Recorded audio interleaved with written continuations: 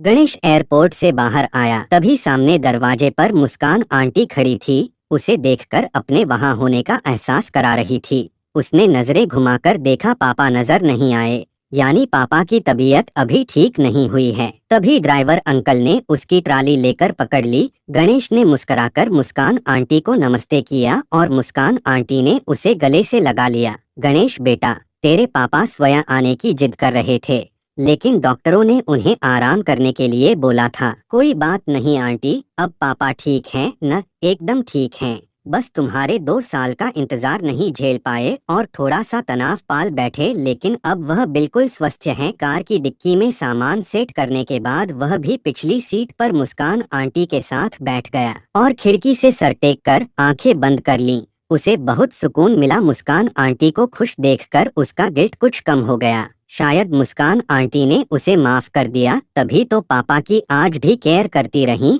और आज एयरपोर्ट पर भी लेने आई। उसे न जाने क्यों एक सुकून सा मिल रहा था। उसे नहीं याद कि माँ कैसी थी। उसने देखा भी तो उस उम्र में जब तक मात्र बच्चा स्पर्श की भाषा ही समझ पाता है, यही कोई 8-9 माह का रहा होगा। तब माँ उसे छोड़कर अपनी नई जिंदगी बसाने ऑस्ट्रेलिया चली गई थी, हमेशा के लिए। अब बस उसकी जिंदगी में पापा थे, जो डबल रोल में थे, माँ भी थे और पापा भी। लेकिन कभी उन्होंने कोई कमी माँ की महसूस ही नहीं होने दी थी।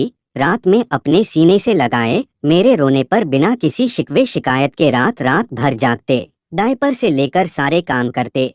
सुबह साक्षी आंटी काम पर आ जाती, लेकिन पापा अपनी अनुपस्थिति में पूरा चार्ट बनाकर जाते और लौटकर चेक करते कि साक्षी आंटी ने कोई टास्क अधूरी तो नहीं छोड़ी। और आने के बाद मेरे कपड़े बदलने से लेकर हर काम में बिना थकान के लग जाते। घोड़ा बनकर मुझे पीठ पर बिठाकर जब मुझे पूरे गार्डन में टपाटप घुमाते तो कई बार साक्षी आंटी मुझे मना करती कि बेटा, तेरे पापा थक कर ऑफिस से लौटे हैं, थोड़ा आराम कर लेने दे। लेकिन मैं कहाँ मानने वाला, और पापा भी साक्षी आंटी को घर जाने का कहकर स्वयं किचन में जाकर मेरे लिए कुछ न कुछ बनाकर जबरदस्ती मुझे खिलाते और फिर खुद खाकर सीने पर मुझे लिटाकर थपकियां देकर सुला देते। मेरे पापा एक अच्छे दोस्त और माँ बन गए थे, इसलिए मेरे दुख से बहुत दुखी हो जाते थे।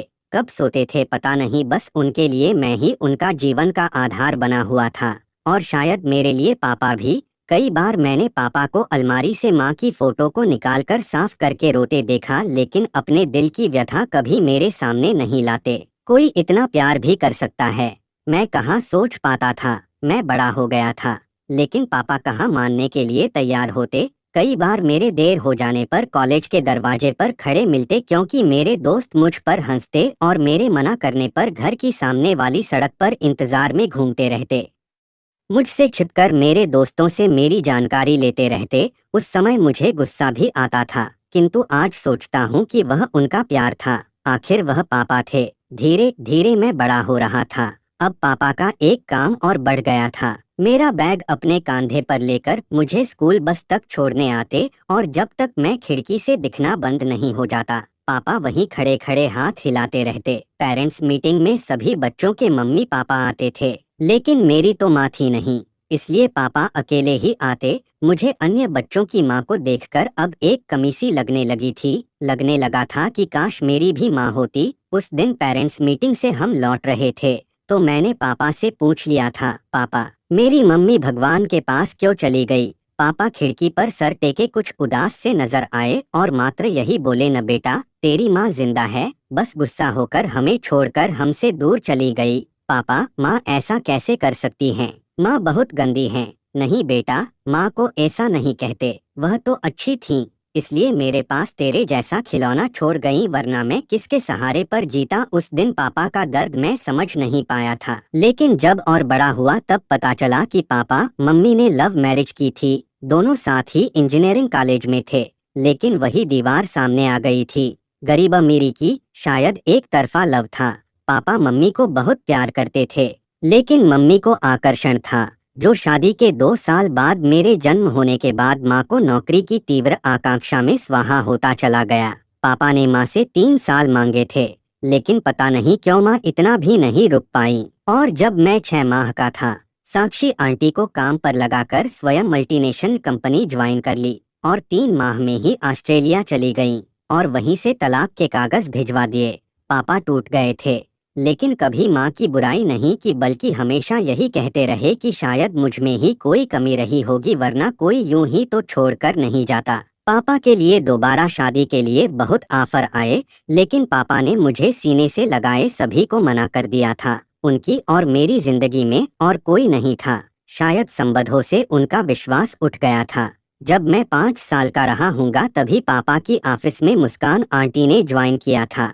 मुस्कान आंटी जितनी सुंदर थीं, उतनी ही समझदार भी। उन्होंने पापा को दिन रात मेहनत और काम करते देखा तो उनकी ओर आकर्षित हो गईं। एक बार वह बीमार हो गई थीं, तब पापा जी ने अपने एक कुलीग होने के कारण निस्वार्थ सेवा की थी। तब पापा भी उनकी ओर आकर्षित हो गए थे, लेकिन मेरे लिए सौतेली माँ लाने से डरते थे। एक दिन मेरे मित्र ने खेलते हुए मजाक मजाक में कहा, गणेश के पापा सौतेली माँ ला रहे हैं और वह रानी कैकी की तरह नवीन को निकाल देगी और अपना गणेश बाहर भीख मांगेगा। उसने प्रतिरोध किया था, मेरे पापा ऐसे नहीं है और मुस्कान आंटी भी ऐसी नहीं हैं। वह मुझे बहुत प्यार करती हैं। सभी बच्चे हंसने लगे थे। तू तो बुद्धू है। मेरी मम्मी विशाखा आंटी से कह रही थी कि देखना, जब नई बीबी के बच्चा होगा तो वह पहले बच्चे को प्यार कहाँ करेंगी। उस दिन मैं बहुत रोया। पापा पूछते रह गए। रात में बुखार आ गया और पापा ठंडे पानी की पट्टी रखते रहे। मैंने पापा का हाथ पकड़ लिया तो पापा ने मेरी ओर देखा। पापा, क्या आप मुस्कान आंटी को मेरी सौतेली माँ बनाना चाहते हैं? पापा मेरी हथेली सहलाते रहे और बोले, मेरा राजा बेटा जो चाहेगा वही होगा। सच्ची पापा, मैंने उनके सीने पर अपना सर रख दिया। पापा, आप किसी से शादी नहीं करेंगे? मुझे कोई सौतेली माँ नहीं चाहिए। मैं उस समय नहीं समझ पाया कि कैकी मात्र सौतेली माँ नहीं होती।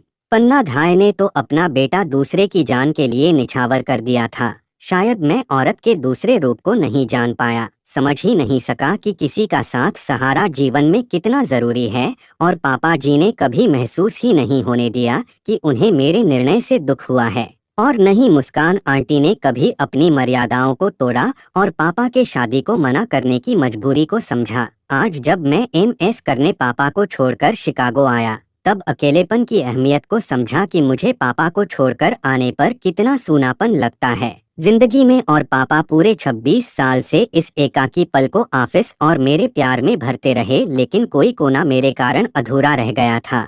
और उसके शिकागो आने के कुछ दिनों पहले की बात है।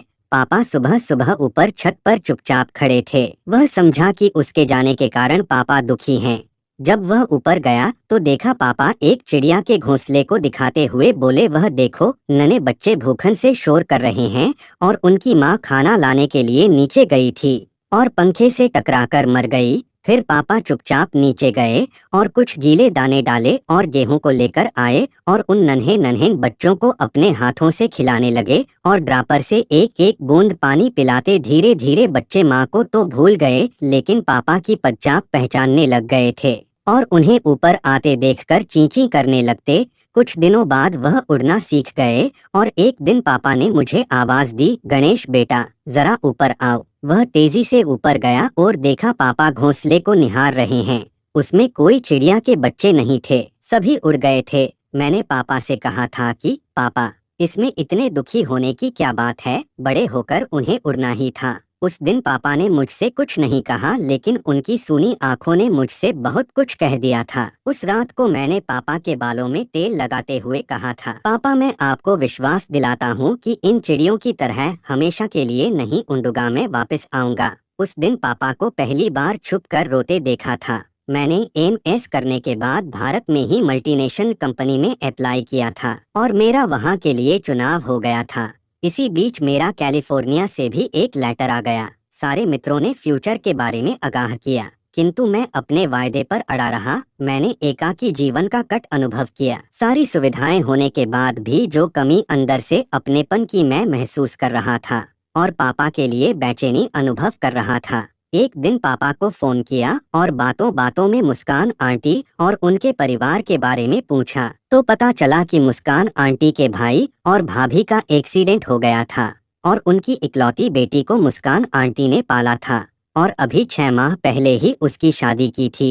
उसी बच्ची को अपनी बेटी मानकर उन्होंने भी शादी नहीं की थी। मैं पापा और मुस्कान आंटी के पुराने दिन तो वापस नहीं ला सकता था, लेकिन शायद कुछ कर सकता था। उसका गेट आंसू बनकर छलक गए। मुस्कान आंटी ने शायद छुपकर आंसू पोंछते देख लिया। बेटा, पापा की याद आ रही है। उसने हाँ में सर हिला दिया। सामने उसके बंगले का मेन गेट आ गया था। गेट पर ही पापा खड़े थे। मुस्कराते हुए वह कार के पास आए और उसे गले लगाकर रो पड़े। शायद उन्हें अपने चिड़े के वापस आने की उम्मीद नहीं थी। पापा बहुत दुबले नजर आ रहे थे। पापा, आपने क्या हालात बना रखी है? कुछ नहीं बेटा, अब तुम आ गए, सब ठीक हो जाएगा। हाँ पापा, अब सब ठीक हो जाएगा। दूसरे दिन ही उसका जन्मदिन था। पापा ने उसके वापस आने और जन्मदिन के लिए बहुत लोगों को बुलाया था। पापा ने जो सेक्रेटिफाइज मेरे लिए किया था, अब मेरी बारी थी। केक काटा गया तब मैंने पापा से कहा कि जन्मदिन की खुशी में पापा, मुझे आपसे एक गिफ्ट चाहिए। पापा और सभी निमंत्रित गेस्ट मेरी ओर देख रहे थे। पापा, इस घर को माँ चाहिए। मुस्कान माँ, मुस्कान आंटी और पापा मुझे आश्चर्य से देख रहे थे कि पागल तो नहीं हो गया। लेकिन नेहा आंटी के गाल गटगटों में एक अजीब सी लालिमा आ गई थी। पापा तिरछी निगाह से उन्हें देख रहे थे। पापा और मुस्कान आंटी, मैं अपनी नादानी में की गई भूल को सुधारना चाहता हूँ, क्योंकि जिस एकाकीपन को मैंने 2 साल भोगा है, वह आप लोग 27 सालों से भोग रहे हैं। मैं अपना सच्चे दिल से प्रायश्चित करना चाहता हूँ। पापा, आपके त्याग को कभी इन छोटी बातों से मापा नहीं जा सकता। 1 मिनट शांति के बाद सभी मेहमानों ने तालियां बजानी शुरू कर दी। शायद मेरा प्रायश्चित उन्हें भी स्वीकार था और मम्मी और पापा भी तैयार हो गए। दोस्तों, आपको वीडियो पसंद आया हो तो वीडियो को लाइक करके चैनल को सब्सक्राइब कर देना।